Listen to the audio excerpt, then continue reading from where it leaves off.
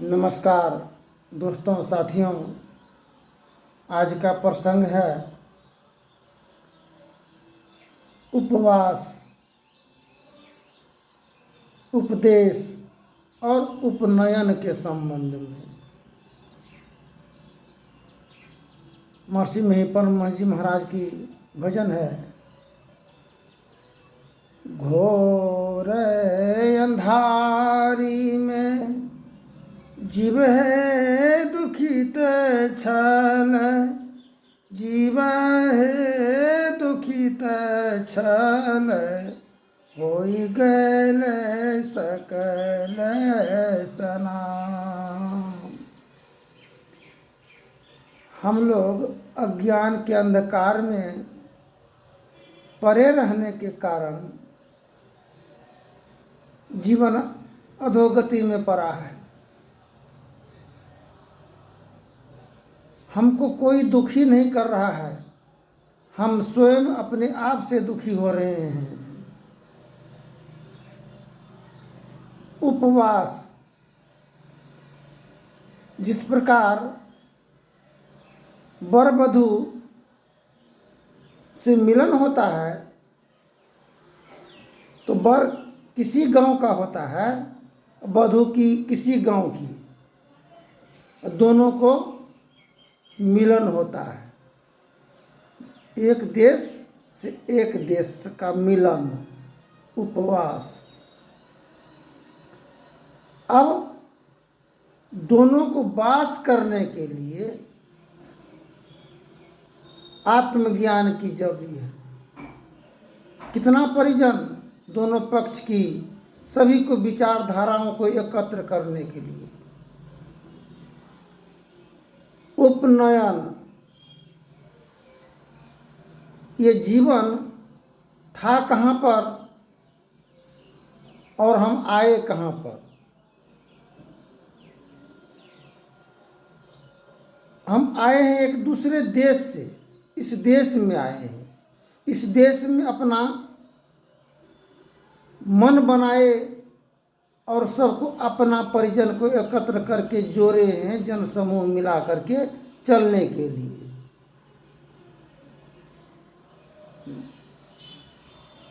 उपवास, उपवास का अर्थ दो है।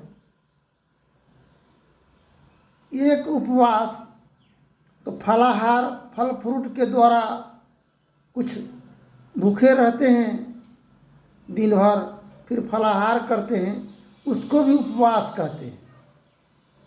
किंतु मन को बसाने की जरूरत कहाँ है।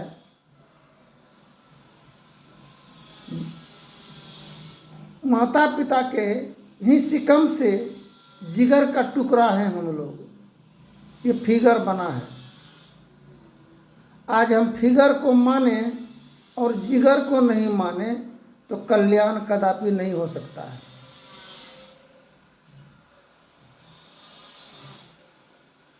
माता पिता के अंतर हृदय में वास करना और धर्म पत्नी के जीवन में वास करना, इसमें अंतर होता है। विवाह शादी के उपरांत वर वधू एक दूसरे में घुल मिल जाते हैं, एक मन और एक विचार बना करके कार्य क्षेत्र में आगे बढ़ने की चाह करते हैं। वह वास छूट जाता है जहाँ से कि हम आए हैं, माता पिता के ही जीवन से इस जमीन पर आए हैं, वहाँ पर छूट जाता है। यही दुखों का कारण है, यही भव दुख मूल हो, करो कृपा नासो यही भेद ही हो अति ही अनुकूल हो। जब गार्जियन की सहमति और सहानुभूति नहीं होने पर, जब बाल बच्चा, स्त्री पुरुष दोनों, बेटा पुतहु, पुत्र वधू जब अलग होने की चाह करते हैं, उस समय में दोनों जीवन के संबंध में उतना जानकारी नहीं होने के कारण, दोनों में जब बाल बच्चा होता है अब विवाद जब होता है, बाल बच्चा सियाना जब होता है, तो माता पुत्र पिता के को एकत्र होने में इसका जानकारी नहीं होता है। एक बार पति पत्नी में विवाद हुआ। विवाद इस बात को लेकर के हुआ कि जब किसी घर में जवान लड़की होती है तो उसको समेटना माताओं की काम है, अब पुत्र का काम समेटना पिता का काम है। जब पुत्री अगर किसी से प्रेम अगर करने लग जाती है, किसी तरह से अगर बात अगर आ जाता है गार्जियन के दिमाग में, कोई कह देता है चाहे जानकारी हो जाने पर, तो उसको गार्जियन रोक लगाने की काम करता है। इसलिए रोक लगाने की कार्य करते हैं ताकि जिम्मेवारी एक बहुत बड़ा चीज़ है। मान सम्मान समाज में मर्यादा का बहुत बड़ा मोल होता है। और धर्म पत्नी को कहने पर अगर धर्म पत्नी को भी लोभ लग जाए, बिना लोभ का कोई काम होता नहीं। कोई भी अगर प्रेम प्रसंग जहाँ होता है वहाँ पहले लोभ दिया जाता है, लालच। लालच में अगर फंस गई माँ बेटी, उस समय में घर का गार्जियन गृह स्वामी उस पर रोक लगाने के क्रम में झड़प हो जाता है, मार चलता है, दंगा होता है। बाल बच्चा अगर नहीं समझ में आए बात, तो माताओं के पक्ष को लेकर के पिता पर प्रहार जब करने लग जाते हैं। एक बार की दास्तान है, पुत्र जब पहला बार पिता पर प्रहार करने के लिए जब आया लाठी लेकर के, तो आकाश पताल जमी सब सिरक गया कि इतना परिश्रम से हम बाल बच्चों को तथा स्त्रियों को जीवन का भरण पोषण और पालन किए हैं, कितने जीवन को ठुकरा करके अपने जीवन को परवरिश के में लगे रहे, किंतु आज लाठी लेकर के आया है। एक लाठी तो दे दिया, उसके बाद में पिताजी सो गया जमीन पर। बोला ऐसा जीवन जीने से अच्छा है मर जाना। सो गया जिस प्रकार मुर्दा सोता है। लो, जितना मन में आक्रोश है तुम लोगों का बरसा दो उस पर। सो गए। और उसके उपरांत दिल नहीं थमा, हाय फोड़ करके उसको शराब दे दिया मन के अंदर, जिससे पुत्र का जीवन अधोगति में पड़ गया। दर बदर का ठोकर खाने लगा, विश्वकर्मा देव के समान। संत महापुरुष जीवन की कल्याण और उद्धार के लिए जगत संसार में आए हैं।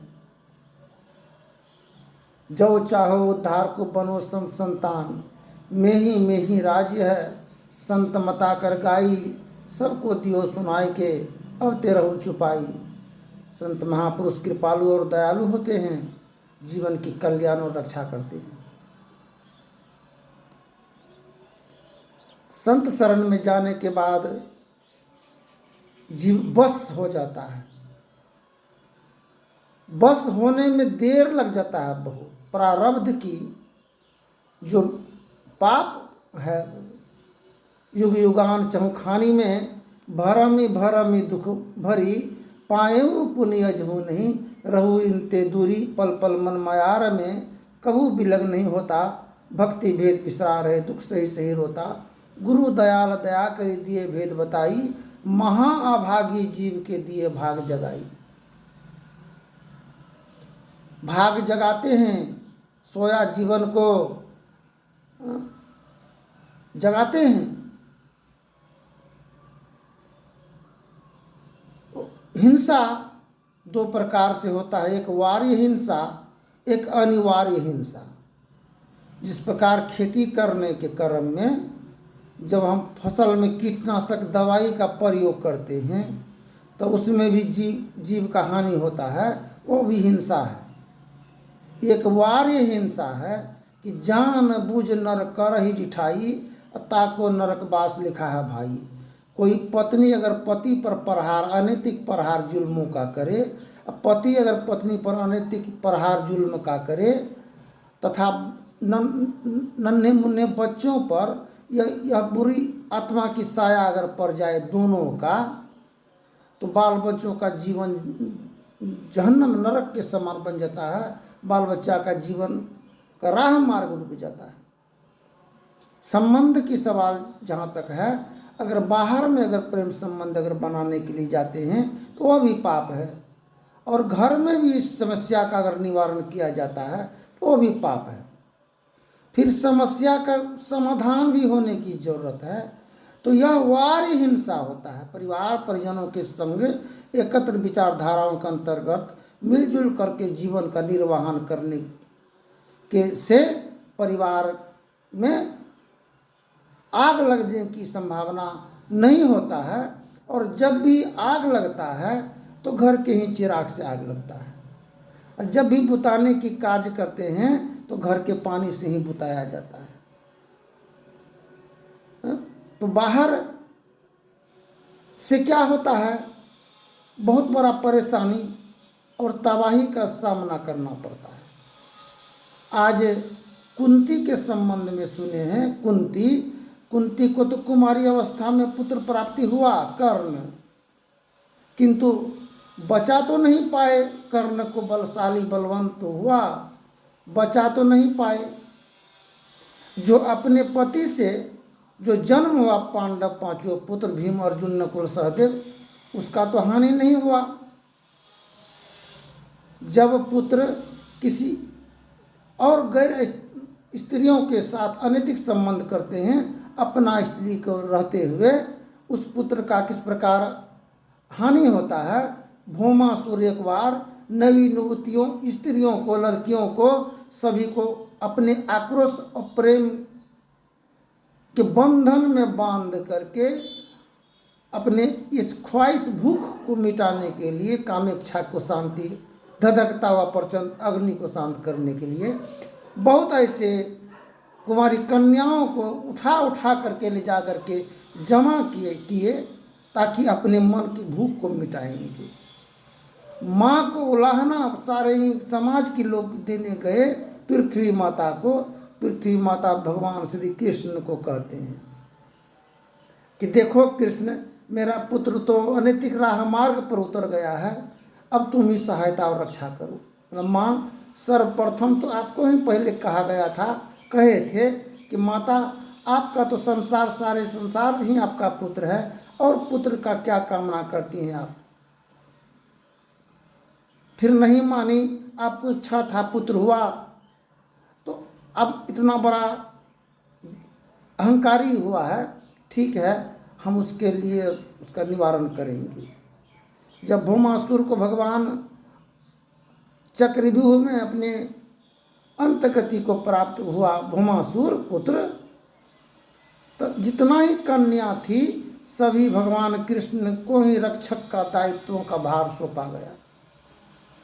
इसलिए भगवान श्री कृष्ण 16 कला में निपुण थे और 12 कला में मर्यादा पुरुषोत्तम श्री राम निपुण थे।